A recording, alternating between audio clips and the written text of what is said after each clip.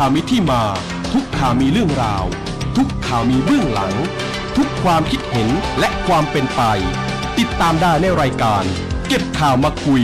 ทุกวันจันทร์ถึงศุกร์ทางสวทแพร่ FM 91 MHz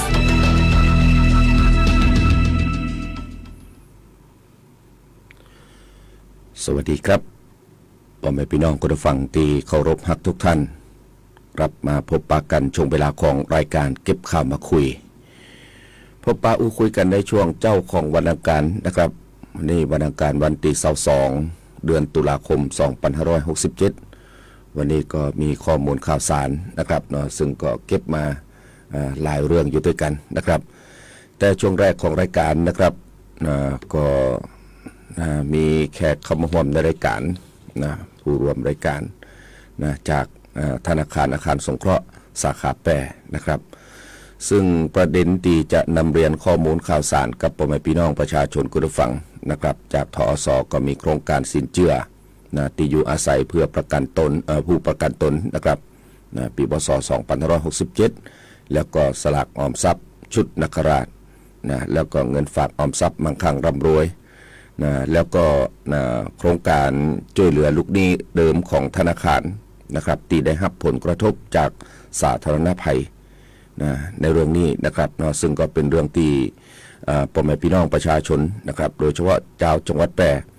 นะครับหรือว่าจังหวัดอื่นนะครับนะที่มีผลกระทบจากภัยน้ำท่วมนะครับนะที่อยากจะ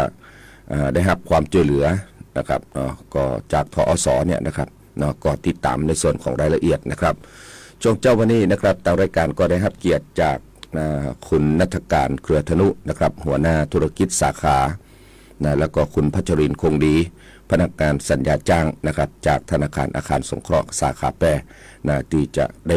นะในส่วนของรายละเอียดนะครับ 3-4 ประเด็นอยู่ด้วยกันนะอันนี้ก็ติดตามนะครับโดยเฉพาะในเรื่องของประเด็นที่4นะครับที่ผมได้ไปตะกี้เนี่ยนะครับเกี่ยวกับเรื่องของการให้ความช่วยเหลือนะเกี่ยวกับเรื่องของพ่อแม่พี่น้องได้รับผลกระทบจากสาธารณภัยครับผมก็ขอกล่าวคำว่าสวัสดีครับทั้งสองท่านครับผมสวัสดีครับสวัสดีค่ะครับก่อนอื่นนะคะขอแจ้งก่อนนะคะธนาคารอาคารสงเคราะห์นะคะเป็นธนาคารของรัฐสังกัดกระทรวงการคลังนะคะเราเป็นสถาบันการเงินที่เป็นแหล่งเงินทุนให้กับประชาชนที่มีความประสงค์ที่อยากมีที่อยู่อาศัยเป็นของตนเองตามควรอัตภาพนะคะดังนั้นเนี่ยเราในเมื่อเราเป็นสถาบันการเงินที่เป็นแหล่งเงินทุนแล้วเราไม่ได้มีแค่เงินกู้อย่างเดียวนะคะเรามีทั้งเงินฝากด้วยซึ่งวันนี้เราก็ได้น้องจากงานการเงินเนี่ยมาแจ้งถึงผลิตภัณฑ์เงินฝากของธนาคารด้วยนะคะตามภารกิจของธนาคารนะคะที่บอกว่าทำให้คนไทยมีบ้านนั่นก็คือเริ่มต้นเลยนะคะเรามีโครงการที่จะนำเสนอในส่วนของ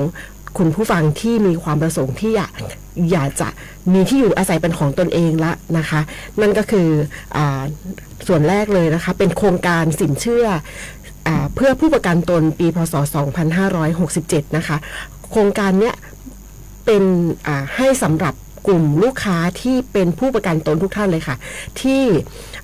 ไม่ว่าท่านจะเข้ามาตรา33 40 39นะคะที่ท่านส่งเงินสมทบมาต่อเนื่องไม่น้อยกว่า1ปีท่านเตรียมตัวไว้เลยนะคะเนื่องจากว่าธนาคารออกผลิตภัณฑ์ตัวนี้สำหรับกลุ่มผู้เป็นผู้ประกันตนกลุ่มนี้โดยเฉพาะเลยนะคะวัตถุประสงค์ที่เรานำเสนอก็คือเพื่อซื้อบ้านเพื่อปลูกสร้างหรือซื้อที่ดินพร้อมที่จะปลูกบ้านนะคะเราได้แค่3วัตถุประสงค์นี้เท่านั้นนะคะสำหรับใครที่อยากจะขอกู้เพิ่มเป็นลูกค้าเดิมอยู่แล้วอยากจะขอกู้เพิ่มอันนี้ยังไม่ได้นะคะคุณต้องใช้โครงการตัวอื่นก่อนนะคะตรงนี้เนี่ยจะเป็นเคสสำหรับเคสกู้ใหม่เท่านั้นนะคะดังนั้นท่านผู้ฟังที่เป็นผู้ประกันตนนะคะมาตรา33 39 40ตรงนี้เนี่ยแล้วยื่นเงินส่งสมทบต่อเนื่องไม่น้อยกว่า1ปีนะคะและที่สำคัญอีกเรื่องหนึ่งคือท่านจะต้องไม่อยู่ระหว่างผ่อนชำระสินเชื่อที่อยู่อาศัยนะคะท่านอาจจะมีผ่อนอย่างอื่นได้บ้างแต่ว่าต้องไม่ใช่ที่อยู่อาศัยนะคะในขณะนี้แต่ว่าถ้าเกิดว่าท่านเคยผ่อนชำระมาแล้วปิดไปแล้วอันนี้เราก็จะไม่นับนะคะมันนี้ไม่มีประเด็นนะคะ กลุ่มพวกนี้นะคะเตรียมตัวเลยค่ะเพราะว่าธนาคารจะออกมาตรการดอกเบี้ยให้สำหรับกลุ่มผู้ประกันตนนะคะก็คือดอกเบี้ยเนี่ยเราเริ่มต้นที่1.59 ซึ่งเราได้ยาวถึง5ปีเลยนะคะ1.595 ปีนี่คือแบบน้อยมากๆนะคะแล้วก็วงเงินกู้เนี่ยเราให้ได้ไม่เกิน2 ล้านดังนั้นกลุ่มที่อยากจะซื้อบ้านหรืออยากจะปลูกบ้านตอนนี้เตรียมตัวไว้เลยเพราะว่าธนาคารเนี่ย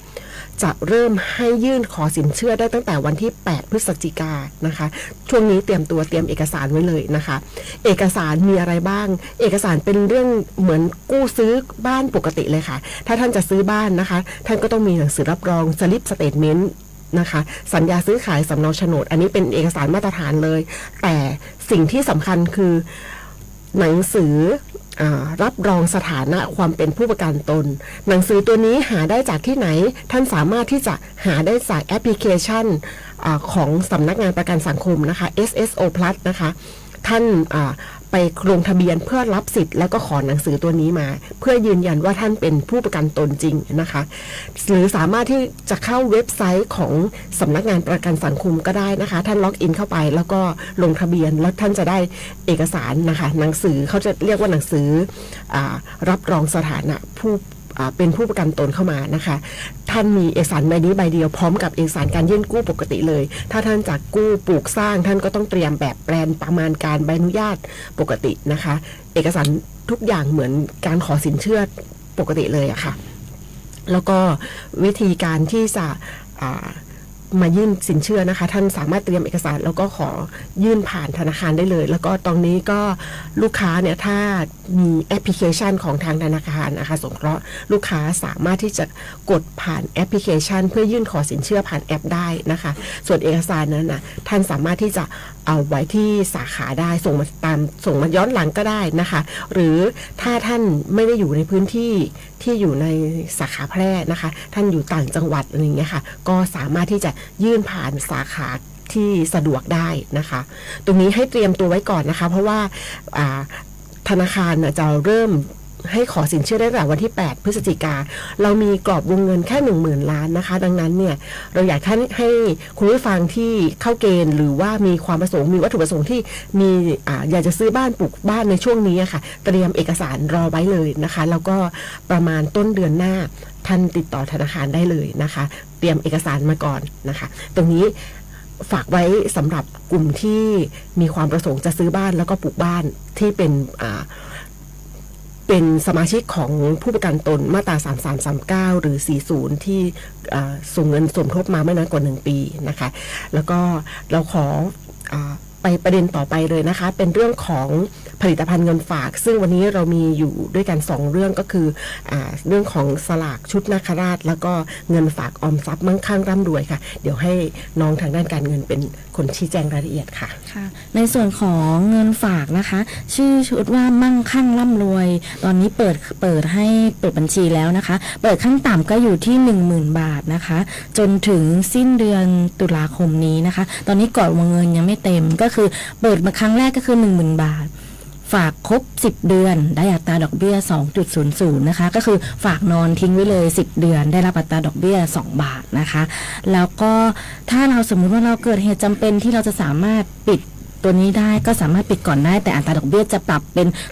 0.25 นะคะตอนนี้กรอบวงเงินยังไม่เต็มก็สามารถเข้าไปเปิดบัญชีได้เลยการเปิดบัญชีก็จะใช้แค่บัตรประชาชนนะคะแล้วก็เงินที่เราจะเปิดสามารถเปิดตอนนี้ได้ขั้นต่ำก็คือ 10,000 สมมุติว่าเปิดวันนี้ 10,000 แล้วเราสามารถฝากเพิ่มได้จนถึงวันที่31ตุลาคมนี้นะคะในส่วนของสลากออมทรัพย์นาคราชนะคะก็หน่วยละ 1,000 บาทค่ะอายุสลากจะอยู่ที่3ปีนะคะได้รับอัตราดอกเบี้ยหน้าสลากอยู่ที่ 1.00% นะคะโดยที่จะมีการลุ้นรางวัลที่1ก็จะมีอยู่ที่2ล้านบาท1รางวัลนะคะรางวัลที่2ก็อยู่ที่ 50,000 บาท4รางวัลรางวัลที่3 5,000 บาท40รางวัลนะคะแล้วก็จะมีเลขท้าย3ตัวเลขท้าย2ตัวนะคะก็จะออกทุกๆวันที่16ของทุกเดือนนะคะในส่วนตรงนี้สามารถซื้อผ่านแอปพลิเคชันได้นะคะตัวสลากลูกค้าสนใจก็สามารถเข้าไปซื้อผ่านแอปพลิเคชันได้เลยถ้ามีบัญชีออมทรัพย์กับธอส.แล้วก็กดเข้าไปซื้อได้เลยค่ะ ค่ะนั่นก็เป็นในส่วนของผลิตภัณฑ์ทางด้านเงินฝากนะคะช่วงนี้เรามีตัวที่มาใหม่นะคะก็คือมั่งคั่งร่ำรวย 2% 10 เดือนนะคะก็เป็นอะไรที่น่าสนใจมากๆในเรื่องของเงินฝากนะคะแล้วก็ประเด็นต่อไปนะคะอันนี้สำคัญมากๆเลยสำหรับคุณผู้ฟังที่เป็นลูกค้าธนาคารอาคารสงเคราะห์อยู่แล้วนะคะทุกวันนี้ที่ท่านผ่อนชำระธนาคารอยู่แล้วก็ท่านเป็นผู้ประสบภัยน้ำท่วมนะคะน้ำท่วมจากทางจังหวัดแพร่เนี่ยเห็นบอกว่าได้มีถึง2 ครั้งด้วยกันนะคะก็คือรอบแรกรอบ2นะคะตรงนี้เนี่ยประเด็นแรกเลยเนี่ยท่านต้องทราบก่อนว่าธนาคารเนี่ยเรามีประกันให้สำหรับหลักประกันที่ผ่อนชำระกับแบงก์อยู่นะคะดังนั้นเนี่ยถ้าบ้านไหนที่เป็นลูกค้าทอสแล้วเป็นผู้ประสบภัยมีน้ำท่วมนะคะท่านเริ่มแรกเลยท่านเคลมก่อนเขาเรียกว่าเคลมค่าสินไหมนะคะตรงนี้เนี่ยธนาคารเรามีประกันตรงนี้ให้นะคะเป็นภัยพิบัติที่เกี่ยวกับภัยจากน้ำนะคะภัยน้ำท่วมนะคะหรือว่าถ้าบ้านท่านนะคะ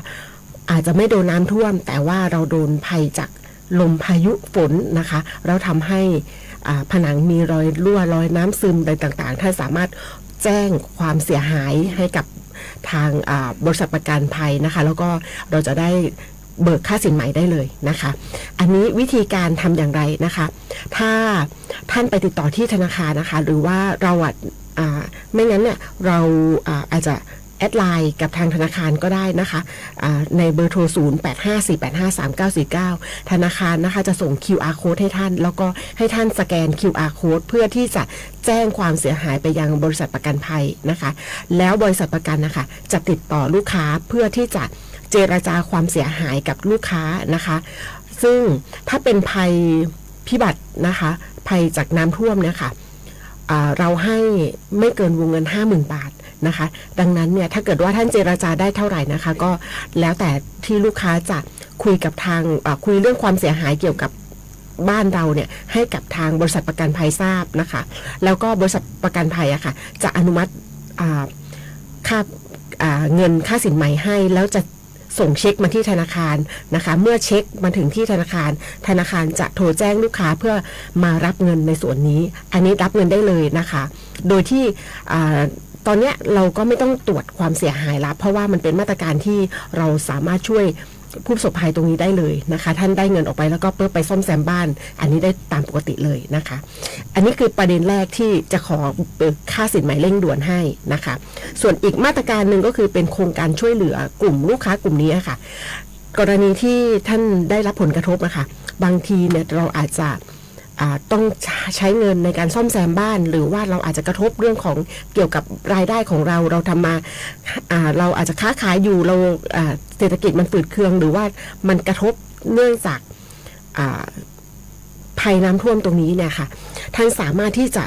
ขอได้รับความช่วยเหลือในส่วนของ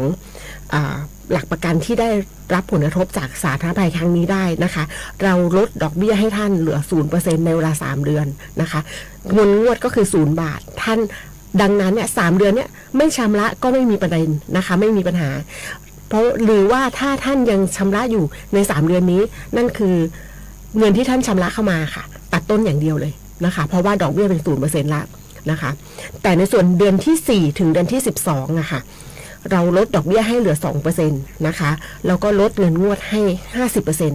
ะคะดังนั้นเนี่ยเดือนที่4ก็เริ่มจากคือทั้งหมดมันมี12 เดือนเนาะ3 เดือนแรกเนี่ยเป็น0ละแล้วอีก9 เดือนต่อไปเนี่ยจะเป็นดอกเบี้ยแค่ 2% นะคะแล้วก็เงินงวดเนี่ยจากที่คุณผ่อนเดือนละ 5,000 บาทคุณก็ลดลงเหลือครึ่งหนึ่งก็คือ 2,500 แต่ว่าในส่วนถ้าลูกค้ายังพอมีกำลังส่งไหว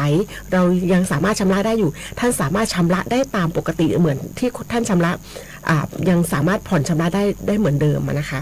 ตรงนี้เนี่ยวิธีการก็คือเราแจ้งผ่านแอปพลิเคชันนะคะถ้าท่านมีแอปพลิเคชันของทางธนาคารท่านจะเห็นว่ามีเหมือนประกาศนะคะมันจะเป็นแบนเนอร์อยู่หน้าแอปนะคะท่านสามารถกดคลิกเข้าไปแล้วก็ใส่เลขบัตรประชาชนแล้วก็ยืนยันกดลองตรวจสอบดูว่าเรามีชื่ออยู่ในเงื่อนไขหรือเปล่านะคะซึ่งถ้าเราแมทหลักประกันเราอยู่ในเขตพื้นที่ประกาศสาธารณภัยค่ะ มันก็จะสามารถลงทะเบียนได้นะคะท่านสามารถกดเข้าไปแล้วก็อ่านรายละเอียดนะคะแล้วก็แจ้งความประสงค์เพื่อที่จะขอรับความช่วยเหลือตรงนี้ได้นะคะแค่นั้นเองไม่มีอะไรมากเลยค่ะขอให้มีแอปพลิเคชันแต่ถ้าทำไม่ได้ไปที่แบงค์นะคะธนาคารก็จะมีพนักงานที่จะให้ความช่วยเหลือแล้วก็ช่วยดูในส่วนนี้ให้นะคะก็สามารถติดต่อได้นะคะที่ธนาคารอาคารสงเคราะห์นะคะเพราะว่าเรามีภารกิจในเรื่องของการทำให้คนไทยมีบ้านอยู่แล้วนะคะครับผมก็เป็นในส่วนของข้อมูลจากธนาคารอาคารสงเคราะห์นะครับประเด็นที่4เนี่ยน่าสนใจใช่ค่ะ ก็บอกว่าทุกภัยเลยนะครับสาธารณภัยสาธารณภัยค่ะที่เป็นภัยน้ำท่วมหรือว่าถ้าช่วงนี้จะเป็นภัยน้ำท่วมอะค่ะที่ลูกค้าสามารถที่จะขอเคลมค่าสินไหมได้นะคะในส่วนของประกันเนี่ยให้ไม่เกิน 50,000 บาทต่อหลักประกันดังนั้นถ้าท่านมีบ้าน2 หลังเนี่ยท่านได้ 100,000อย่างนี้ได้เลยค่ะครับผมแล้วก็ระยะเวลาล่ะครับได้ถึงสิ้นปีนี้ค่ะสามารถที่จะขอค่าสินรวมค่าสินใหม่ในที่ถึงสิ้นปีนี้นะคะเพราะว่าถ้าเป็นภัยน้ำท่วมอะค่ะเขาจะให้ปีละครั้งนะคะดังนั้นเนี่ยถ้าท่านมีรูปภาพอะค่ะตอนที่บ้านน้ำท่วมอะค่ะเรายังเก็บภาพไว้อยู่ตอนนี้อาจจะซ่อมแซมไปแล้วแต่ว่าเรายังมีรูปภาพอยู่เราสามารถขอเคลมได้ค่ะเพราะว่าพื้นที่ที่เราอยู่นั้นเป็นพื้นที่ที่มีประกาศภัยสาธารณภัยอยู่แล้วค่ะครับผมนะก็เป็นสิ่งที่เป็นสิทธิประโยชน์นะครับของลูกค้านะครับลูกค้าของทอสนะครับที่ได้รับผลกระทบจากสาธารณภัยนะครับอันนี้ก็เป็นสิ่งที่ท่านนะครับบางคนเนี่ยยังไม่รู้ตัวนะว่าท่านได้ซื้อบ้านได้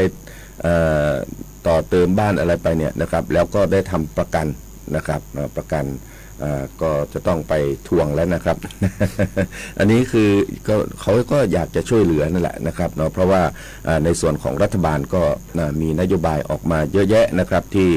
ออกมาช่วยเหลือกับผู้ประสบภัยนะครับโดยเฉพาะน้ำท่วมนะครับในปีนี้นะครับไม่ว่าจังหวัดแพร่หรือว่าอีกหลายจังหวัดนะครับครับผมท้ายนี้มีอะไรที่จะเพิ่มเติมอีกไหมครับค่ะก็ฝากเรื่องของช่วงนี้จะมีเรื่องของเคลมค่าสินไหมค่อนข้างเยอะนะคะถ้าเกิดว่าท่านไม่สะดวกมาที่ธนาคารเนี่ยอยากจะให้แอดไลน์นะคะเบอร์โทรมาถามก่อนแล้วก็ธนาคารจะแอดไลน์ไปให้ท่านนะคะมีมี QR code ส่งไปแล้วก็ท่านสามารถที่จะยิงผ่าน QR code ได้นะคะให้เป็นเบอร์โทรแล้วก็ ID ไลน์เบอร์เดียวกันเลยนะคะก็คือ 0854853949 นะคะหรือไม่งั้นติดต่อได้ที่ธนาคารค่ะแล้วก็ช่วงนี้อยากจะขอความร่วมมือลูกค้าเรานะคะหรือว่าต่างให้แอปให้มีแอปพลิเคชันนะคะเราแนะนำผลิตภัณฑ์ทุกอย่างอยู่ในแอปพลิเคชันหมดเลยเพราะว่าต่อไปมันจะเป็นการที่จะให้บริการผ่านทางแอปพลิเคชันเป็นสื่อโซเชียลทั้งนั้นเลยนะคะก็ถ้ามีแอปพลิเคชันของทางธนาคารไว้ก็สามารถที่จะขอทราบรายละเอียดขอทราบข้อมูลท่านจะซื้อสลากอะไรเงี้ยก็สามารถผ่านแอปพลิเคชันได้หมดเลยค่ะครับผมนะอันนี้ก็เป็นในส่วนของข้อมูลข่าวสารดีๆนะครับที่จะเป็นโอกาสของพ่อแม่พี่น้องประชาชนนะครับที่อยากจะสร้างฐานะสร้างคุณภาพชีวิตนะครับให้กับตนเองและก็ครอบครัวนะครับอันนี้ก็สามารถที่จะดำเนินการได้นะครับก็เช้าวันนี้นะครับในช่วงแรกของรายการนะครับก็ขอขอบคุณทางคุณณัฐการเครือธนุนะครับหัวหน้าธุรกิจสาขาแล้วก็คุณพัชรินทร์คงดีนะครับพนักงานสัญญาจ้างทั้ง2ท่านนะครับที่มาให้ข้อมูลข่าวสารของทอสนะครับก็เป็นเรื่องราวข่าวสารดีๆนะครับให้กับพ่อแม่พี่น้องประชาชนคุณผู้ฟังคุณผู้ชมนะครับที่ให้เกียรติติดตามรับฟังทุกช่องทางนะครับของสวทแพร่ที่ส่งข้อมูลข่าวสารไปหาพ่อแม่พี่น้องประชาชนนะครับก็ขอขอบคุณครับทั้ง2ท่านเดี๋ยวผมพักสักครู่หนึ่งก็จะกลับมานำเสนอข้อมูลข่าวสารต่อในช่วงที่2ครับผมขอบคุณครับขอบคุณค่ะ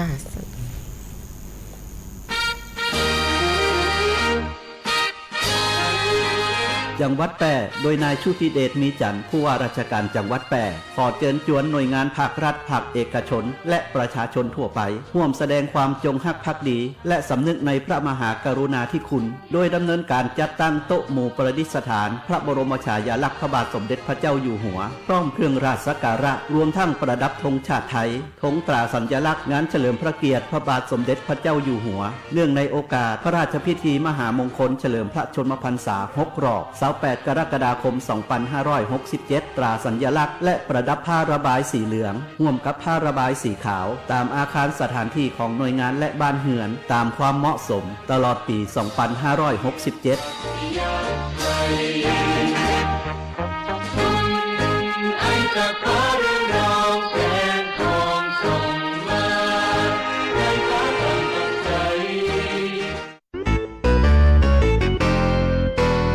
รู้หรือไม่การนำข้อมูลปลอมข่าวปลอมไม่ว่าจะเป็นเรื่องราวทุจริตหลอกลวงหรือข้อมูลความผิดเกี่ยวกับความมั่นคงปลอดภัยการก่อการร้ายรวมถึงข้อมูลลามกไม่ว่าจะทั้งหมดหรือแค่บางส่วนเข้าสู่ระบบคอมพิวเตอร์หรือแม้แต่การแชร์หรือส่งต่อข้อมูลเท็จเหล่านั้นล้วนมีความผิดตามพระราชบัญญัติคอมพิวเตอร์หากการกระทำดังกล่าวส่งผลกระทบต่อประชาชนทั่วไปต้องระวางโทษจำคุกไม่เกิน5 ปีปรับไม่เกิน 100,000 บาทหรือทั้งจำทั้งปรับ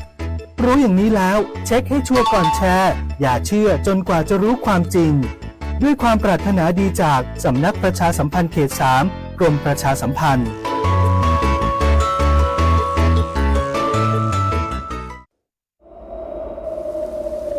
จากสภาพอากาศที่แปรปรวนทำให้เกิดภัยพิบัติต่างๆทางธรรมชาติเพื่อเตรียมความพร้อมรับมือกับสถานการณ์ที่อาจจะเกิดขึ้นประชาชนควรเฝ้าระวังติดตามข้อมูลข่าวสารจากหน่วยงานภาครัฐที่เชื่อถือได้ดูแลตนเองและบุคคลในครอบครัวต้องการความช่วยเหลือด่วนแจ้งเหตุมาที่กองอำนวยการป้องกันและบรรเทาสาธารณภัยจังหวัดแพร่โทร 054-533-680 หรือสายด่วนปพ 1784ส่วนราชการที่เกี่ยวข้องอำเภอองค์กรปกครองส่วนท้องถิ่นในจังหวัดแพร่พร้อมเข้าให้การช่วยเหลือทันทีปรารถนาดีจากนายชุติเดชมีจันทร์ผู้ว่าราชการจังหวัดแพร่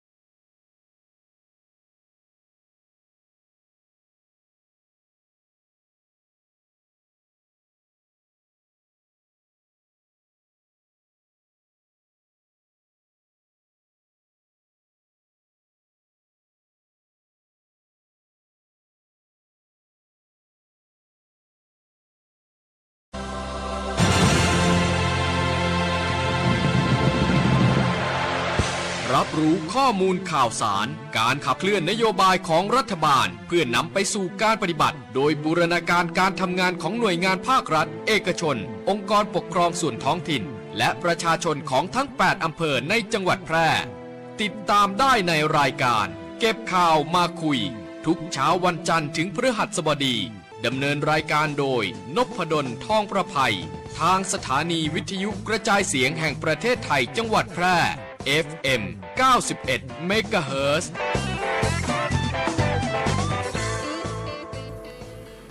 ครับก็กลับเข้ามาสู่ในช่วงที่2ของรายการเก็บข่าวมาคุยนะครับเวลาในขณะนี้ก็8โมงกับแฮม36นาทีติดตามข้อมูลข่าวสารนะครับมีกันอยู่โดยเฉพาะกิจกรรมในส่วนของต่างจังหวัดแพร่นะครับก็มีค่อนข้างที่จะนักแล้วก็หลากหลายกันตัวนะครับครับก็ไปกันที่เรื่องของกองทุนแม่ของแผ่นดินนะครับกองทุนแม่ของแผ่นดินนี่เป็นการจัดกิจกรรมนะครับโดยเฉพาะในหมู่บ้านในชุมชนนะครับเมื่อตะวานี่21ตุลาคม2567นะครับที่โรงแรมแปรนคราอำเภอเมืองจังหวัดแพร่นายคุณากรโคชหิรันรองผู้ว่าราชการจังหวัดแพร่นะครับก็ได้เป็นประธานมอบเงินพระราชทานขวัญถุงกองทุนแม่ของแผ่นดินพร้อมถึงพระฉายาลักษณ์สมเด็จพระนางเจ้าสิริกิติ์พระบรมราชินีนาถพระบรมราชชนนีพันปีหลวงนะครับแล้วก็ธงสัญลักษณ์กองทุนแม่ของแผ่นดินคือกับหมู่บ้านต้นกล้า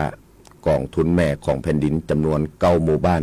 แล้วก็1ชุมชนนะครับเพื่อใจเป็นทุนตั้งต้นแห่งความดีงามของหมู่บ้านและก็ชุมชนรวมถึงดำเนินกิจกรรมที่เป็นประโยชน์ในการป้องกันแก้ไขแล้วก็เฝ้าระวังปัญหายาเสพติดในหมู่บ้านและก็ชุมชนนะครับตามแนวทางพัฒนาคนพัฒนางานสู่การพัฒนาที่ยั่งยืนนะครับจังหวัดแพร่มีหมู่บ้านชุมชนที่ได้รับเงินพระราชทานขวัญถุงกองทุนแม่ของแผ่นดินตั้งแต่ปี2548ถึง2566จำนวน313หมู่บ้านจากนั้นนะครับรองผู้ว่าราชการจังหวัดแพร่ก็ได้นำหัวหน้าส่วนราชการแล้วก็ผู้เข้าร่วมพิธีปล่อยแถวขบวนรถแห่เงินพระราชทานขวัญถุงกองทุนแม่ของแผ่นดินประจำปี2567ไปยังที่ทำการกองทุนในหมู่บ้านแล้วก็ชุมชนถึง8อำเภอในจังหวัดแพร่นะครับสำหรับการมอบเงินพระราชทานขวัญถุงกองทุนแม่ของแผ่นดินเป็นพระราชดำรินะครับของสมเด็จพระนางเจ้าสิริกิติ์พระบรมราชินีนาถพระบรมราชชนนีพันปีหลวงเมื่อครั้งที่พระองค์เสด็จเยี่ยมราษฎรในภาคตะวันออกเฉียงเหนือในปีพ.ศ. 2546พระองค์ได้พระราชทานพระราชทรัพย์ส่วนพระองค์นะครับผ่านเลขาธิการแล้วก็คณะกรรมการป้องกันและปราบปรามยาเสพติดเพื่อสนับสนุนกิจกรรมของราษฎรในการป้องกันปัญหายาเสพติดในหมู่บ้านและก็ชุมชนนับตั้งแต่ปีพ.ศ. 2547เป็นต้นมากองทุนแม่ของแผ่นดินได้มอบเงินขวัญถุงให้กับหมู่บ้านและก็ชุมชนในหลายพื้นที่ทั่วประเทศนะครับโดยมีเป้าหมายในการสร้างความสามัคคีในชุมชนการป้องกันปัญหายาเสพติดแล้วก็ส่งเสริมการพัฒนาชุมชนที่ยั่งยืนนะครับในส่วนของกิจกรรมหลายแห่งนะครับก็เอาเงินกองทุนตรงนี้ไปให้กับสมาชิกในหมู่บ้านในชุมชนเนี่ยนะครับได้กู้ยืมกันพองสร้างอาชีพกันนะครับพี่ดอกออกผลมาก็ใจเม็ดเงินนั่นนะครับช่วยสร้างอาชีพให้กับผู้ที่หลงไปกับเรื่องของยาเสพติดกลับมาเป็นคนดีในสังคมกันต่อไปนะครับอันนี้ก็เป็นในส่วนของการจัดกิจกรรมนะครับของกองทุนแม่ของแผ่นดินนะครับเป็นการขับเคลื่อนอยู่ตรงนี้ไปกันที่กิจกรรมกำหนดการจัดกิจกรรมน้อมรำลึกนะครับเนื่องในวันคล้ายวันสวรรคตพระบาทสมเด็จพระจุลจอมเกล้าเจ้าอยู่หัวนะครับอันนี้ก็จะมีกันในวันพุธนี้นะครับก็จังหวัดแพร่นะครับกำหนดจัดกิจกรรมน้อมรำลึกในวันที่23ตุลาคมนะครับเนื่องจาก23ตุลาคมของทุกปีเนี่ยเป็นวันคล้ายวันสวรรคตพระบาทสมเด็จพระจุลจอมเกล้าเจ้าอยู่หัวรัชกาลที่5นะครับเพื่อน้อมรำลึกในพระมหากรุณาธิคุณของพระบาทสมเด็จพระจุลจอมเกล้าเจ้าอยู่หัวแล้วก็แสดงออกถึงความจงรักภักดีเนื่องในวันคล้ายวันสวรรคตประจำปี2567จังหวัดแพร่ก็ได้กำหนดจัดกิจกรรมเนื่องในวันคล้ายวันสวรรคตดังกล่าวโดยประกอบพิธีวางพวงมาลาถวายราชสักการะที่พระบรมราชานุสาวรีย์พระบาทสมเด็จพระจุลจอมเกล้าเจ้าอยู่หัวที่สารกลางจังหวัดแพร่ในวันพุธนี้วันที่23ตุลาคม2567นะครับกำหนดการก็เวลา 7 โมงเจ้า นะครับลงทะเบียนวางพวงมาลานะเวลา 7:30 นนะส่วนราชการหน่วยงานทุกภาคส่วนประกอบพิธีวางพวงมาลาเบื้องหน้าพระบรมราชานุสาวรีย์พระบาทสมเด็จพระจุลจอมเกล้าเจ้าอยู่หัวนะครับจากนั้นข้าราชการชั้นผู้ใหญ่นะวางพวงมาลาตามลำดับนะครับเวลา 8 โมง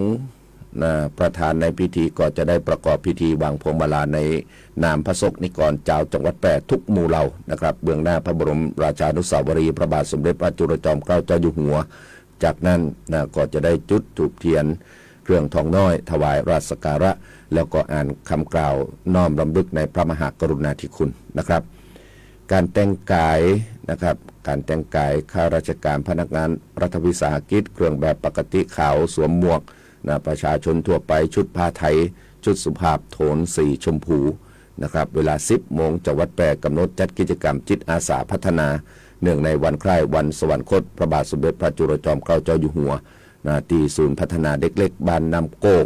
หมู่ที่ 1ตำบลป่าแมดอำเภอเมืองจังหวัดแปรนะครับโดยฮือจิตอาสาพระราชทานเตรียมอุปกรณ์สำหรับทำความสะอาดไปตัวนะครับพระบาทสมเด็จพระปรมินทรมหาจุฬาลงกรณ์นะครับพระจุลจอมเกล้าเจ้าอยู่หัวก็เป็นพระมหากษัตริย์รัชกาลที่5นะครับแห่งราชวงศ์จักรีเสด็จพระราชสมภพเมื่อวันอังคารวันที่20 กันยายนปีพ.ศ. ปีพุทธศักราช 2396 นะครับเป็นพระโอรส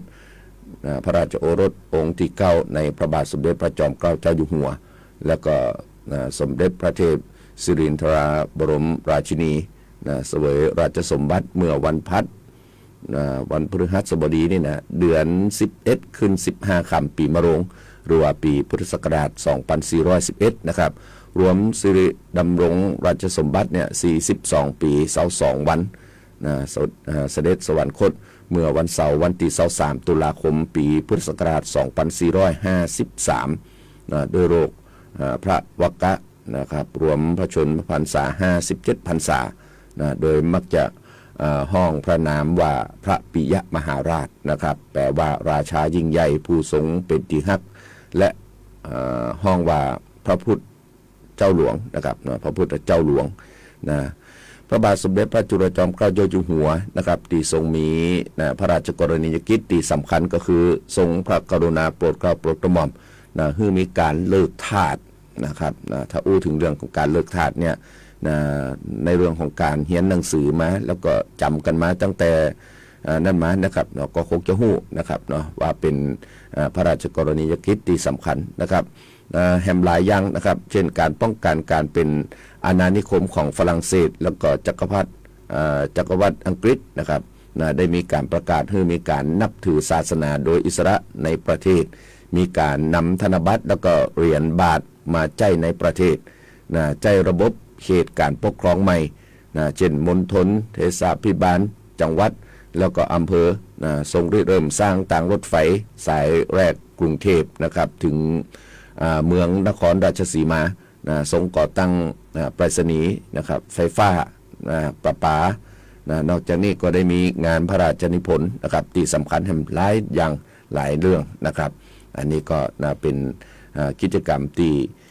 ต่างจังหวัดแปรจะจัดกันขึ้นในวันพุธนี้นะครับก็ในส่วนของจิตอาสาแฮมนะครับก็คงจะเชิญชวนแล้วนะครับพ่อแม่พี่น้องประชาชนนะครับไปติดตามเกี่ยวกับเรื่องของการอัปเดตการจ่ายเงินช่วยเหลือผู้ประสบอุทกภัยนะครับในเรื่องนี้เดี๋ยวกันนะข้อมูลนะครับไปอยู่ทางใดก็เกี่ยวกับเรื่องนี้นะครับมีข่าวเกี่ยวกับเรื่องของทางรัฐบาลนะครับอัปเดตมาละนะในเรื่องนี้นะครับนายชัยวัฒน์จุนธีรพงศ์นะครับอธิบดีกรมป้องกันและบรรเทาสาธารณภัยนะครับก็บอกว่าความคืบหน้าในการให้ความช่วยเหลือผู้ประสบอุทกภัยในช่วงฤดูฝนปี 2567 นะครับตามมติคณะรัฐมนตรีโดยปัจจุบันเนี่ยจังหวัดพื้นที่ประสบภัยได้รายงานมีผู้ยื่นคำร้องนะครับขอรับเงินช่วยเหลือเข้ามาถึงหมด57จังหวัดรวม 238,641 ครัวเรือนแล้วก็งานปภนะครับได้นำส่งข้อมูลที่ได้รับ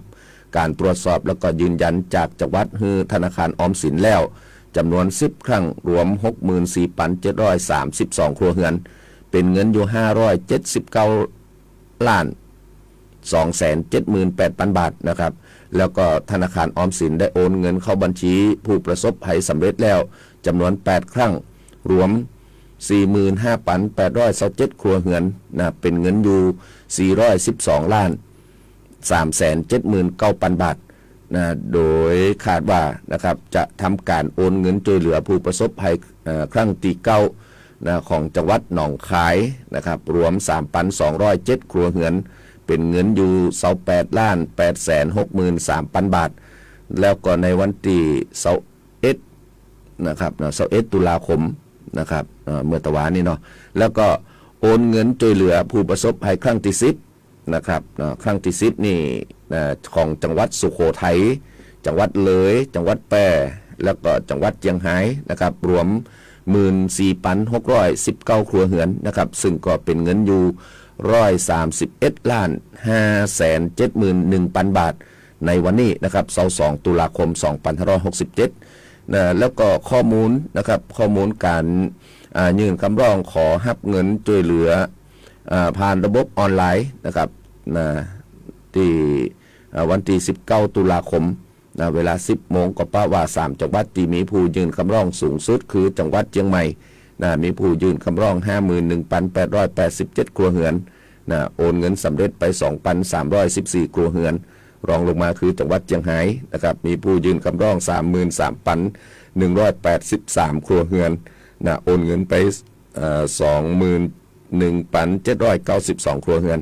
นะครับโอนเงินสำเร็จไปนะแล้วก็จังหวัดพระนครศรีอยุธยานะครับมีผู้ยื่นคำร้องไป 29,337 ครัวเรือนโอนเงินสำเร็จไป 18,686 ครัวเรือนทั้งนี้นะครับปภจึงได้ประสานไปยังจังหวัดที่ได้รับการจัดสรรเงินช่วยเหลือตามมติครม.ทั้ง57จังหวัดมอบหมายสำนักงานป้องกันและบรรเทาสาธารณภัยจังหวัดและก็หน่วยงานที่เกี่ยวข้องเนี่ยเร่งรัดการให้ความช่วยเหลือผู้ประสบอุทกภัยในช่วงฤดูฝนปี2567นะครับโดยสำหรับผู้ที่ลงทะเบียนขอรับความช่วยเหลือก่อนวันที่16ตุลาคม2567เนี่ยคือดำเนินการจ่ายเงินช่วยเหลือคือแล้วเสร็จภายในวันที่31ตุลาคม2567ตามข้อสั่งการของนายกรัฐมนตรีแล้วก็ประชาชนนะครับสามารถสอบถามข้อมูลเพิ่มเติมตึงในส่วนของหลักเกณฑ์เงื่อนไขขั้นตอนแล้วก็ระยะเวลาการดำเนินงานนะครับรวมไปถึงวิธีการกรอกข้อมูลยื่นคำร้องขอรับเงินช่วยเหลือนะครับได้ที่กองช่วยเหลือผู้ประสบภัยปภนะครับเนาะหมายเลขโทรศัพท์นะครับ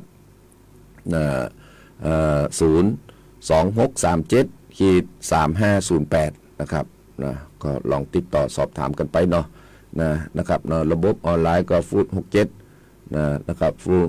67อันนี้นะครับหรือว่าพบปัญหาในการทำงานเนี่ยนะครับสามารถสอบถามได้ที่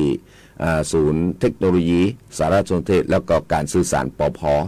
นะครับเนาะอย่างใครที่มีปัญหาในส่วนของจังหวัดใดก็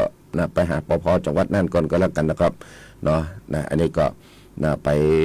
ไปติดต่อสอบถามกันนะครับบางทีนี่นะครับเนาะสตังค์เนี่ยโอนกันบ่ได้ นะครับเนาะก็จะต้องรับการช่วยเหลือกันไปกันที่นี่นะครับเนาะไปกินสลากหลวงกันทำสักกำหนึ่ง เพราะว่า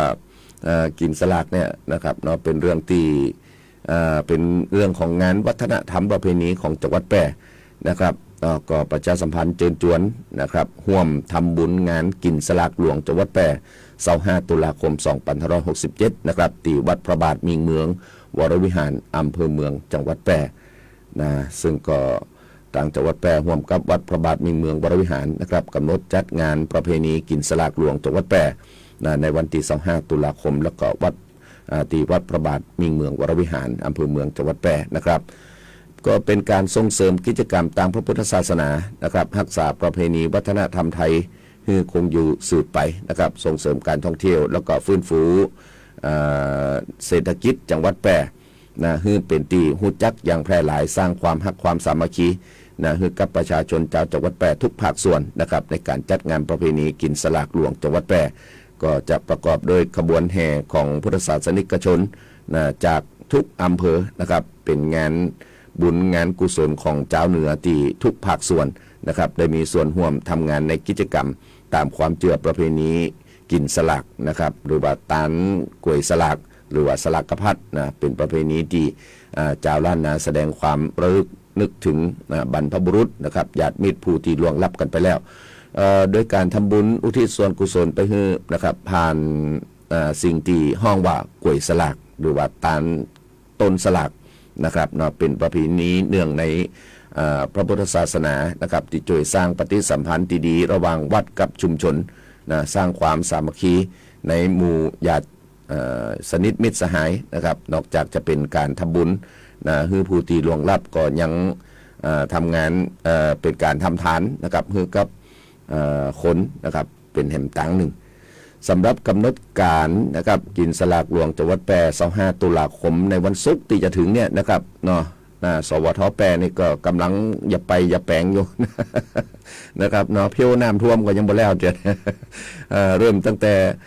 เวลา6 โมงเจ้านะครับเนาะพิธีเต่าตังสีนะขึ้นเต่าตังสีกันละนะครับเนาะปูจานนะที่วัดพระบาทมิ่งเมืองวรวิหารนะครับเนาะเวลา7 โมงก็ส่วนราชการหน่วยงานประชาชนลงทะเบียนรับส่งนะครับเส้นสลากนะใครที่เนี่ยมีสลากกล้วยนะสลากโจกนะครับสลากกระพัดนะครับอันนี้ก็นะไปหับเส้นสลากนะครับหับเพื่อถูกต้องนะครับเนาะบางพ้องเนี่ยสลากกล้วยมาไปหับเอาเส้นสลากนะเดี๋ยวนะครับเนาะจะไปเป็นเรื่องมุสากัน นะครับไปป้าตุเจ้าแล้วตุเจ้าจะงอนนะครับก็โดยส่วนราชการนะครับประชาชนทั่วไปเนี่ยไปกันที่บริเวณหน้าพระอุโบสถวัดพระบาทมิ่งเมืองวรวิหารนะครับส่วนอำเภอเมืองแปรนี่เปิ้นบอกว่าไปกันที่หน้าอำเภอเมืองแปรนะครับเนาะอันนี้เปิ้นจะฮู้แฮนตี้กันน้อยหนึ่งนะครับเวลา 8 โมงก็คณะศรัทธาจากอำเภอตำบลหมู่บ้านและก็หน่วยงานนะครับองค์กรต่างๆก็นำกันสลากทุกประเภทมาจัดตั้งตามจุดที่กำหนด2 ฝากถนนระหว่างหน้าที่ว่าการอำเภอเมืองแปรเทศบาลเมืองแปรหน้ากาด3 ไว้หน้าสำนักงานที่ดินจังหวัดแปรในวัดพระบาทมิ่งเมืองนะครับถนนหน้าวัดพระบาทมิ่งเมืองวรวิหารหน้าที่ทำการไปรษณีย์แปรนะครับโดยมีจุดรับส่งเส้นสลากที่จุดโต๊ะลงทะเบียนแล้วก็หน้าพระอุโบสถวัดพระบาทนะครับอันนี้ก็ไปถ้าว่าเขาเอาไปวางกันทีๆน้อยเนี่ยนะครับพอแล้วจะงามถ่ายหูปออกมาก็จะงามนะครับเนาะบางคนก็ยืนเตะท่า นะครับเนาะถ่ายตัวกันสลากกันไปเวลา9 โมงครึ่งก็จะมีขบวนแห่นะครับขบวนแห่งานประเพณีกินสลากหลวงเมืองแปรเคลื่อนขบวนแห่จากกาบแปรปิดานะครับไปโดยเส้นทางถนนเจริญเมืองจนถึงวัดพระบาทมิ่งเมืองวรวิหารประกอบด้วยขบวนเทวดานางฟ้านะครับจากมหาวิทยาลัยแม่โจ้แปรเฉลิมพระเกียรติขบวนหัวหน้าส่วนราชการนะครับผู้นำท้องถิ่นองค์กรปกครองส่วนท้องถิ่นนะครับขบวนจากคณะศรัทธาจากทุกอำเภอรวมถึงขบวนจากมหาวิทยาลัยจุฬาลงกรณราชวิทยาลัยวิทยาเขตแปรจากเทศบาลเมืองแปรแฮมนะครับเตี้ยงตีศาลาพุทธสถานนะครับก็จะมีการแสดงพระธรรมเทศนาเรื่องอานิสงส์ของการตานสลากใครที่ยังบ่ฮู้ที่ไปที่มาของการตานนะครับเนาะก็ลองไปฟังพอดูนะครับเนาะการทำบุญครั้งนี้เนี่ยนะครับมีอานิสงส์จะได้บุญจะได้กินจะได้ตานนะครับเนาะเนี่ยคือถูกต้องตามวัฒนธรรมประเพณีโดยพระราชเขมกรเจ้าคณะจังหวัดแพร่นะครับที่เปิ้นจะเป็นองค์เตศแล้วก็ประกอบพิธีเวนตานเส้นสลากนะครับต่อเนื่องจนเสร็จพิธีซึ่งพระภิกษุสามเณรก็จะได้นำเส้นสลากตีได้เนี่ยออกตัวหากกล้วยสลากต้นสลากตีคณะศรัทธานะครับเตรียมหล่อถวายกันอยู่ก็ย้อมนะครับเสียงเวลาสักวันหนึ่งเอามวนๆกันแล้วกันนะครับวันที่25ตั้งท่าน